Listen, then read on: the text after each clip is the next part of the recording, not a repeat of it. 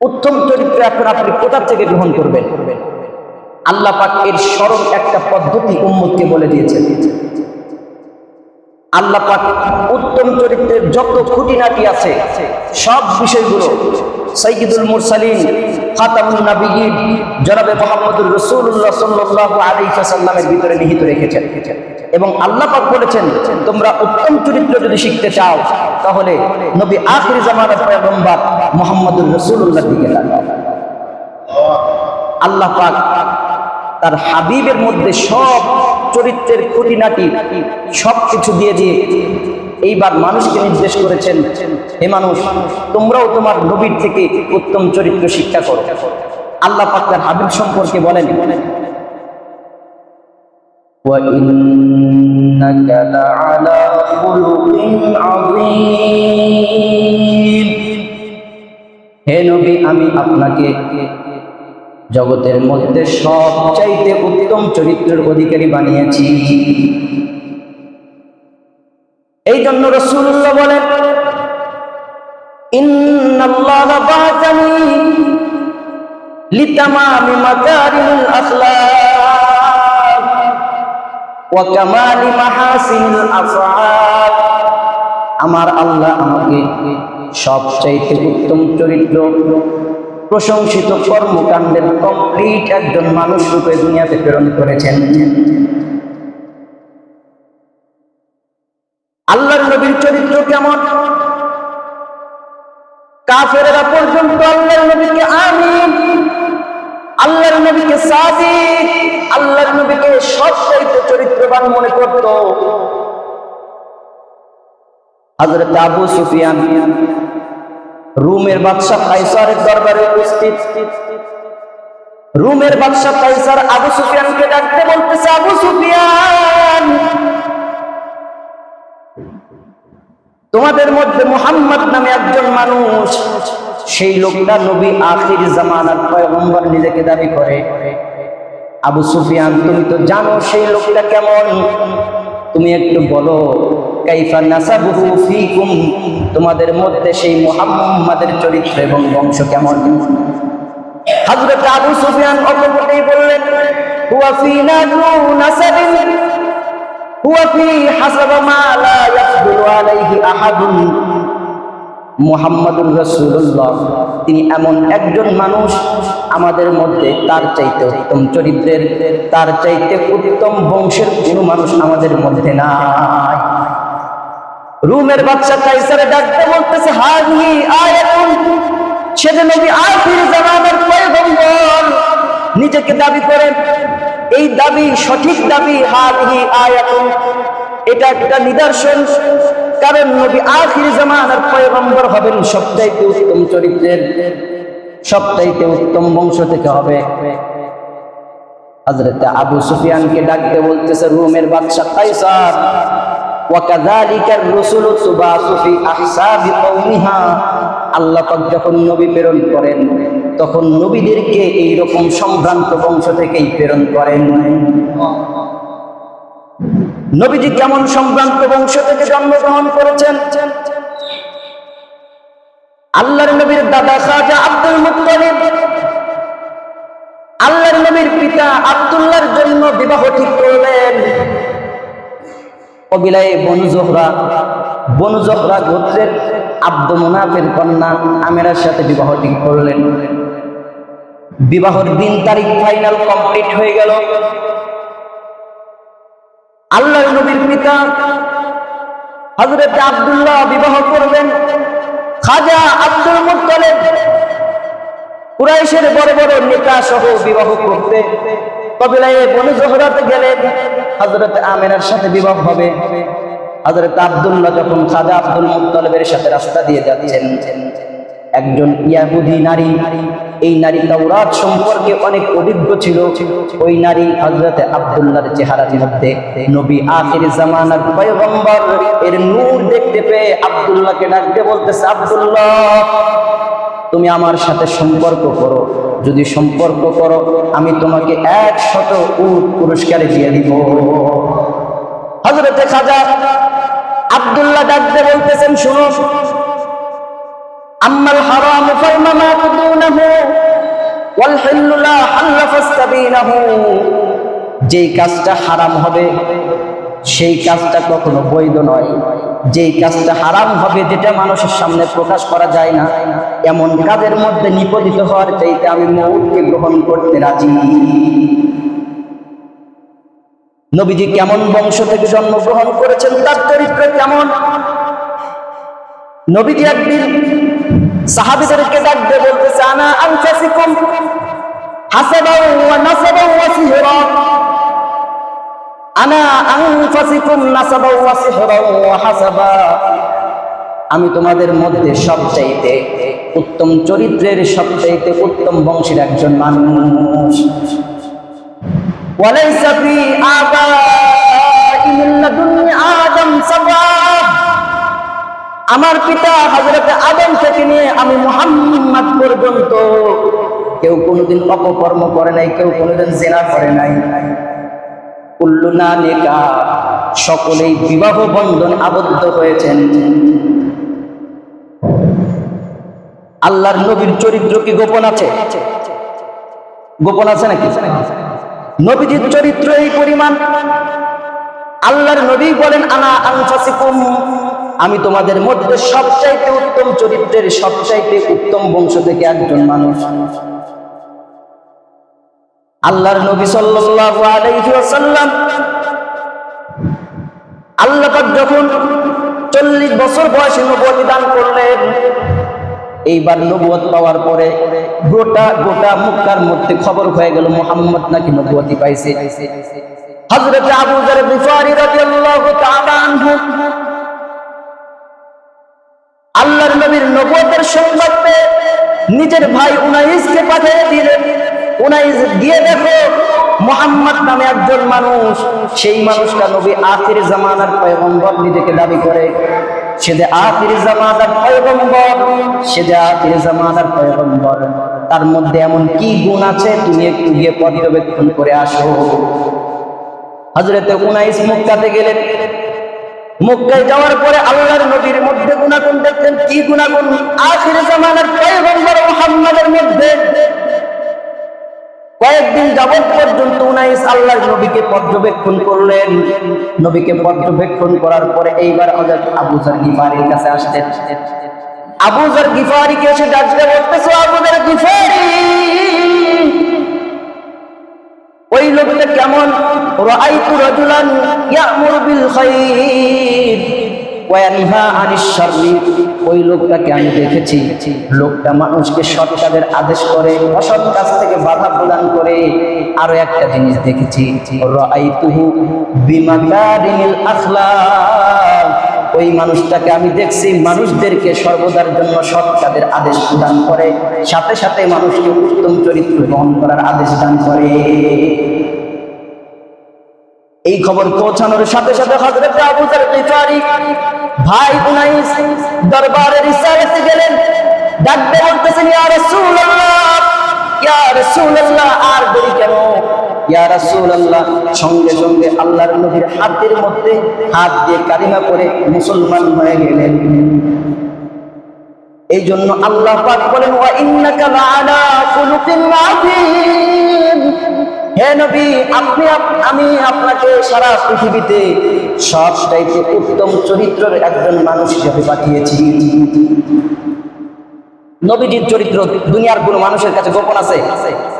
সবচাইতে উত্তম চরিত্র কার? কথা বলেন, জবান খুলে বলেন, সবচাইতে উত্তম চরিত্র কার? নবীজি সাল্লাল্লাহু আলাইহি ওয়াসাল্লাম। সবচাইতে উত্তম চরিত্র মুহাম্মদুর রাসূলুল্লাহ। কাফেররা পর্যন্ত মুহাম্মদুর রাসূলুল্লাহর চরিত্রের দিকে আঙ্গুল উঠাইতে পারে নাই। আজকে পৃথিবীতে অনেক মানুষ আল্লাহর নবীর চরিত্রের দিকে আঙ্গুল উঠায়, ঠিক কি না? যেই সকল মানুষ আল্লাহর নবীর চরিত্রের ক্লিয়ারিফাই হওয়ার পরে, ক্লিয়ারিটি আসার পরে যেই সকল মানুষ আল্লাহর নবীর চরিত্রের দিকে আঙ্গুল উঠাবে, ওই সকল মানুষের আঙ্গুল ভেঙে দিতে হবে, ঠিক কি না? আল্লাহ পাক রাসূলুল্লাহকে যে আখলাক দান করেছিলেন, যে চরিত্র দান করেছিলেন, এই চরিত্রের নাম হচ্ছে আখলাকে আযীমা, সবচেয়ে মহান চরিত্র। সুবহানাল্লাহ। আখলাক প্রথমত 3 প্রকার। কত প্রকার? 3 প্রকার। কত প্রকার? 3 প্রকার। 1 নাম্বার হলো আখলাকে হাসানা, প্রথম নাম্বার কি কথা বলেন? আখলাকে হাসানা। দ্বিতীয় নাম্বার আখলাকে কারিমা। তৃতীয় নাম্বার আখলাকে আজিমা। আল্লাহ পাক আমার রাসূলকে যেই আখলাক দান করেছেন সেই আখলাক হলো আখলাকে আজিমা। আখলাকে কারিমা হচ্ছে আখলাকে হাসানা। যেই লোকটা আপনার সাথে যেমন করলো সেই রকম প্রতিদান দিলেন। উদাহরণস্বরূপ, যেই ব্যক্তি আপনাকে হত্যা করলো, আপনার পরিবারের লোকে ওই ব্যক্তিকে হত্যা করে প্রতিশোধ গ্রহণ করবে। কেউ আপনার চোখ কানা করে দিল, আপনিও তার চোখ কানা করে দেন। যে লোক আপনার নাকটা ছেঁড়া করে ফেললো, আপনি তার নাকটা ছেঁড়া করে দিলেন। কেউ দাঁত ভেঙে ফেললো, আপনি তার দাঁত ভেঙে ফেলেন। এটার নাম কি? আখলাকে হাসানা। যে যেভাবে আপনাকে আঘাত করবে, যেভাবে শাস্তি দিবে, এইগুলো আপনিও সেভাবে তাকে রিটার্ন শাস্তি দিবেন। কিন্তু এই যে বিধানটা, এটা আল্লাহ পাক হযরত মূসা আলাইহিস সালামকে দিয়েছিলেন। কিন্তু হযরত মূসা আলাইহিস সালাম তিনি পৃথিবীতে আসছিলেন, নবী আখিরে জামানার পয়গম্বর যেহেতু এসেছেন, আর মুহাম্মদুর রাসূলুল্লাহ ধর্ম ব্যতীত, কোনো দিন ব্যতীত আর কোনো কিছু গ্রহণ করা যাবে? কথা বলেন, যাবে নাকি?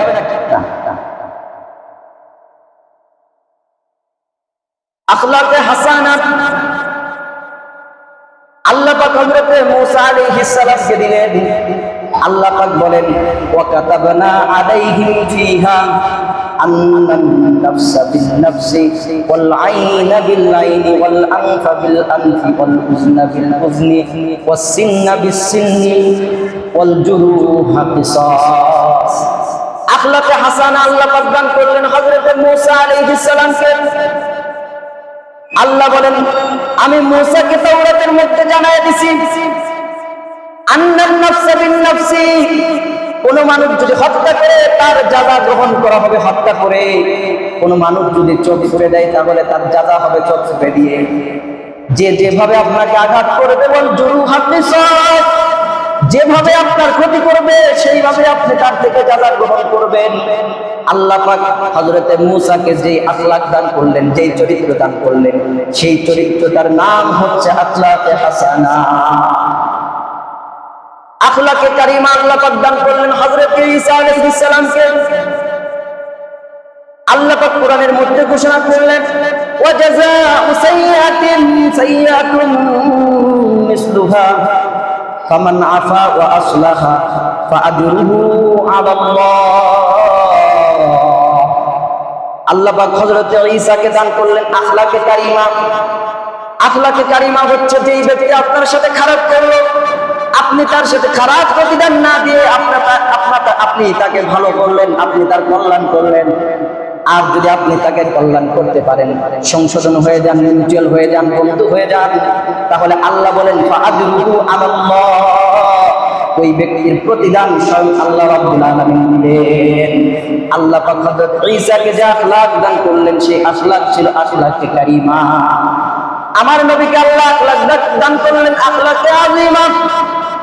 আখলাকে আযীমা আল্লাহ পাক বলেন, ইদফা বিল্লাতী হিয়া আহসান ফাইদাল্লাযী বাইনাকা ওয়া বাইনাহু আদাওয়াতুন কাআন্নাহু ওয়ালিয়্যুন হামীদ। আল্লাহ ডাকতে বলতেছেন, আমার নবী আমার হাবিবকে দান করেছি আখলাকে আযীমা। আরে আখলাকে আযীমা কি? ইদফা বিল্লাতী হিয়া আহসান, যেই ব্যক্তি আপনার সাথে খারাপি করলো, আপনি তার সাথে খারাপি প্রতিবাদটা দিলেন না, বরং আপনি তাকে ক্ষমা করে দিলেন। তার সাথে আপনার সাথে যেই শত্রুতা সৃষ্টি হয়েছে, আল্লাহ পাক বলেন এই শত্রুতা তুমি যখন তাকে ক্ষমা করে দিবা, ক্ষমা করে দেওয়ার সাথে সাথে ওই লোকটা তোমার উপর সর্বকারী বন্ধু হিসেবে রূপান্তরিত হয়ে যাবে। আমার নবীকে আল্লাহ দান করছেন আখলাকে আযীমা। আখলাকে আযীমার সিফাত আল্লাহর নবীকে দান করেছেন আল্লাহ। এই সিফাতকে আল্লাহ পাক মুহাম্মদুর রাসূলুল্লাহকে শিখিয়ে দেওয়ার পরে আল্লাহ পাক এবার বলছেন, ইয়া রাসূলুল্লাহ, আপনি আপনার উম্মতদেরকে আখলাকে আযীমার শিক্ষা দেন। আখলাকে আযীমা আল্লাহর নবী বলেন, সিলমান ফাতাক ওয়া আতিমান হারামাক ওয়া রিদাম মান যালামাক। আখলাকে আযীমার ব্যাখ্যা আল্লাহর নবী করতেছেন, সিলমান ফাতাক, যেই লোকটা তোমার সাথে শত্রুতা করলো, যেই ব্যক্তি তোমার সাথে বন্ধুত্বের সম্পর্ক বিচ্ছিন্ন করে ফেললো, আল্লাহ পাকের নবী বলেন ওই ব্যক্তির সাথে বন্ধুত্ব ছিন্ন করা যাবে না, বরং ওই লোকটার সাথে বন্ধুত্বের সম্পর্ক করতে হবে। ওয়াতি মান হারামাক, কোন ব্যক্তি যদি তোমাকে মাহরুম করে কোন সম্পদ থেকে, কোন কিছু থেকে তোমাকে বঞ্চিত করে দেয়, আমার আল্লাহর নবী বলেন তাকে বঞ্চিত করা যাবে না, তার হকটাকে পরিপূর্ণ তাকে দিয়ে দিতে হবে। ওয়ারিদ আম্মান যালামাক, যেই ব্যক্তি তোমার উপর অত্যাচার করবে, নির্যাতন করবে, তুমি তাকে ক্ষমা করে দাও।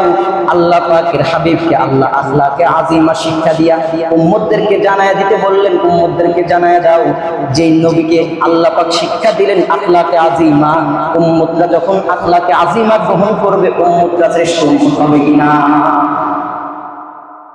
এই জন্য আল্লাহ বলেন ওয়া ইন্নাকা লাআলা খুলুকিন আযীম, হে নবী আপনাকে সবচাইতে উত্তম চরিত্র, সবচাইতে উত্তম ব্যবহার, যত ধরনের উত্তম চরিত্র হতে পারে আমি আল্লাহ সবকিছু গুণাগুণ খুঁটিনাটি আপনি মুহাম্মাদুর রাসূলুল্লাহর মধ্যে দিয়ে দিয়েছি। আল্লাহ পাক রাসূলুল্লাহকে দান করলেন আখলাকে আজিমা। কথা বলেন, আপনারা কি কথা বুঝেন? আওয়াজ নাই কেন? নাকি আমার ভাষা বুঝেন না? প্রবলেম আছে? কথা কন না কেন? আল্লাহ পাক রাসূলুল্লাহকে দান করলেন কি? আখলাকে আজিমা, সবচেয়ে শ্রেষ্ঠ আখলাক। এরকম আখলাক দুনিয়ার শুরু লগ্ন থেকে আসেও নাই, আসবে কি? আসবে? কখনো আসবে না। নবীজি সাল্লাল্লাহু আলাইহি সাল্লামের আখলাকে আজিমা অনন্য দৃষ্টান্ত ইতিহাসের কিতাবের মধ্যে আছে। আল্লাহ পাক বলেন ইদফা বিল্লাতি হিয়া আহসান, যেই লোকটা আপনার সাথে খারাপি করবে আপনি প্রতিবদলায় ভালো দেন, দেখবেন বন্ধু যদি সে যদি শত্রুও থাকে তাহলে আপনার বন্ধু হয়ে যাবে। আল্লাহ পাকের নবী তাই করলেন। যেই লোকটা রাসূলুল্লাহর সাথে শত্রুতা করে আল্লাহ পাকের নবী তাকে যাজা দেন। কিসের যাজা? তাকে মাফ করে দেন, তার জন্য নিরাপত্তাও দেন, সাথে সাথে ওই লোকটাকে পুরস্কার দেন। এই কারণে অনেক অনেক কাফের আল্লাহর নবীর হাতে কালিমা পড়ে মুসলমান হয়েছে। আল্লাহর নবীর চরিত্র সারা পৃথিবীর কাছে গোপন বলতে কোনো কিছু নাই। হযরত সাফওয়ান বিন উমাইয়া আল্লাহর নবীর সবচাইতে বড় দুশমনের মধ্যে থেকে একজন, ইসলামের শত্রু, মুসলমানদের শত্রু। সাফওয়ান বিন উমাইয়া ফতে মক্কার পরে, মক্কা যখন বিজয় হলো, মক্কা বিজয় হওয়ার পরে অনেক অনেক কাফেররা আল্লাহ পাকের নবীর আখলাক, আল্লাহর নবীর চরিত্র, আল্লাহর নবীর অনুগ্রহ দেখে সকলে হযরত মুহাম্মদুর রাসূলুল্লাহর হাতে কালিমা পড়ে মুসলমান হয়ে গেলেন। অনেক লোকেরা এমন ছিল যারা আল্লাহর নবীর হাতে মুসলমান হলো না। ফতে মক্কা, মক্কা বিজয় হয়েছে, মুসলমান বিজয়। মুসলমানের সফলতা দেখলে মানুষের ভালো লাগে না। কাফের বেঈমান যারা, তারা মুসলমানের সফলতা দেখে টিকে থাকতে পারে না। সাফওয়ান বিন উমাইয়া কাফের, আল্লাহর নবীর সফলতা দেখে টিকে থাকতে পারে নাই। অন্তরের মধ্যে অহংকার, এই অহংকারের কারণে নিজে মুহাম্মদুর রাসূলুল্লাহর হাতে কালিমাও পড়ে নাই। এমনকি নিজের বাড়িতেও থাকে না, দেশ দেশান্তরে ঘোরাঘুরি করে, নিজের বাড়িতে থাকে না। বর্তমানে পরিস্থিতি আছে কিনা? নাই। সাফওয়ান বিন উমাইয়া নিজের বাড়িতে থাকে না, ঘোরাঘুরি করে বিভিন্ন জায়গায়। সাফওয়ান বিন উমাইয়ার সবচেয়ে প্রিয় বন্ধু আমর বিন ওয়াহাব রাদিয়াল্লাহু তাআলা আনহু। আমর বিন ওয়াহাব রাদিয়াল্লাহু তাআলা আনহু আল্লাহর নবীর দরবারে উপস্থিত হয়ে ডাকতে বলতেছেন, ইয়া রাসূলুল্লাহ, আমার বন্ধু সাফওয়ান বিন উমাইয়া, ইয়া রাসূলুল্লাহ, সে তো বাড়িতে থাকে না, মক্কা বিজয় হয়েছে, ইয়া রাসূলুল্লাহ, মুসলমানদের বিজয় হওয়ার কারণে সে হিংসায় দেশে জ্বলে পড়ে সরকার, ইয়া রাসূলুল্লাহ, বাড়িতে থাকে না, দেশ দেশান্তরে ঘোরাঘুরি করে। আল্লাহর নবী আপনি তার জন্য ক্ষমা এবং নিরাপত্তার ঘোষণা দিয়ে দেন। আল্লাহর নবী সাফওয়ান বিন উমাইয়া সম্পর্কে আমরকে ডাকতে দিলেন, আমর সাফওয়ান বিন উমাইয়ার কাছে যাও, গিয়ে তাকে তুমি বলে দাও আল্লাহর নবী তোমাকে ক্ষমা করে দিয়েছেন, আল্লাহর নবী তোমাকে মাফ করে দিয়েছেন। শুধু মাফ না, বরং তোমার জন্য আমার নবী আমার নিরাপত্তার ঘোষণাটা পর্যন্ত করে দিয়েছে। আল্লাহর নবী সাফওয়ান বিন উমাইয়ার তার স্যাটিসফ্যাকশনের জন্য আল্লাহর নবী ফতে মক্কার মধ্যে রাসূলুল্লাহ যেই চাদর মাথার মধ্যে পাগড়ি হিসেবে বাঁধতেন, সেই পাগড়িটা হযরতে আমর রাদিয়াল্লাহু তাআলা আনহুকে দিয়ে বললেন, আমর তুমি সফওয়ান বিন উমাইয়ার কাছে গিয়ে এই চাদরটা দিয়া বলবা, সফওয়ান বিন উমাইয়া, আমার নবী তোমার জন্য ক্ষমা ঘোষণা করে দিয়েছেন, সাথে সাথে তোমার জন্য নিরাপত্তা দিয়েছেন। তুমি ইসলাম গ্রহণ করো, যদি ইসলাম গ্রহণ করো তাহলে ঠিক আছে, যদি না করো আল্লাহর নবী ইসলাম গ্রহণ করার জন্য 2 মাস তোমাকে চিন্তা করার সুযোগ দিয়েছে। হযরত আমর রাদিয়াল্লাহু তাআলা আনহু গেলেন সফওয়ান বিন উমাইয়ার কাছে। সফওয়ান বিন উমাইয়ার কাছে ডাক দিয়ে বলতেছে, সফওয়ান, আল্লাহর নবী তোমার জন্য ক্ষমা ঘোষণা করেছেন, তোমার জন্য নিরাপত্তাও দিয়েছেন। এই দেখো তোমার জন্য আল্লাহর নবী ফতে মক্কার মধ্যে যেই চাদর মাথায় দিতেন সেই চাদরটা তোমার জন্য দিয়েছে। চলো চলো দরবারে রিসালাতে যাই। হযরত সফওয়ান বিন উমাইয়া আমর রাদিয়াল্লাহু তাআলা আনহু সহ আল্লাহর নবীর দরবারে গেলেন। আল্লাহর নবীর দরবারে তো মানুষ দেয়া কথা। সফওয়ান বিন উমাইয়া ডাকতে বলতেছে, ইয়া রাসূলুল্লাহ, আপনি নাকি এই চাদর দিয়া আমরকে পাঠায়া দিবেন যাতে করে আমি কালিমা পড়ে মুসলমান হয়ে যাই। যদি মুসলমান না হই তাহলে 2 মাস আমাকে চিন্তা করার সুযোগ দিয়েছেন। আল্লাহর নবী দেখলেন সফওয়ান বিন উমাইয়া উটের উপর বসে কাঁপতেছে। আল্লাহর নবী ডাকতে বললে, সফওয়ান, তুমি ঘোড়া থেকে নামো। এইবার সফওয়ান ডাকতে বলতেছে, ইয়া রাসূলুল্লাহ, লা ওয়াল্লাহি, ততক্ষণ পর্যন্ত ঘোড়া থেকে নামতে পারি না যতক্ষণ পর্যন্ত আপনি এই কথা বলবেন না, আপনি এই কথার নির্দেশ দিয়েছেন। আল্লাহর নবী ডাকতে বলতেছেন, সফওয়ান বিন উমাইয়া, ভয় পাবার কোনো কারণ নাই। 2 মাস কেন সফওয়ান, তোমার জন্য 4 মাস সুযোগ দিয়ে দিলাম। সফওয়ান বিন উমাইয়া তাও দরবারে রিসালাতে এসে ইসলাম গ্রহণ করলো না, বাড়িতে চলে গেল। গজওয়ায়ে হুনাইন, হুনাইনের যুদ্ধের পরে আল্লাহ পাকের নবী যখন হুনাইনের যুদ্ধের মালে গনিমত পেলেন, এই মালে গনিমতকে এইবার সফওয়ান বিন উমাইয়ার জন্য 100 উট আল্লাহর নবী হাদিয়া হিসেবে পাঠাইয়া দিলেন। নবীজি যখন 100 উট হাদিয়া দিলেন সফওয়ান বিন উমাইয়াকে, সফওয়ান বিন উমাইয়া চিন্তা করে, আরে মুহাম্মদ, এই মুহাম্মদ তো সেই কোন লোক না, এই মুহাম্মদ আসলে আখলাকে আজিমা দ্বারা গঠিত। এত সুন্দর চরিত্র দুনিয়াতে আর কাউকে দেখা যায় নাই। সঙ্গে সঙ্গে সফওয়ান বিন উমাইয়া দরবার রিসালাতে এসে আল্লাহর নবীর হাতে হাত দিয়ে কালিমা পড়ে মুসলমান হয়ে গেলেন।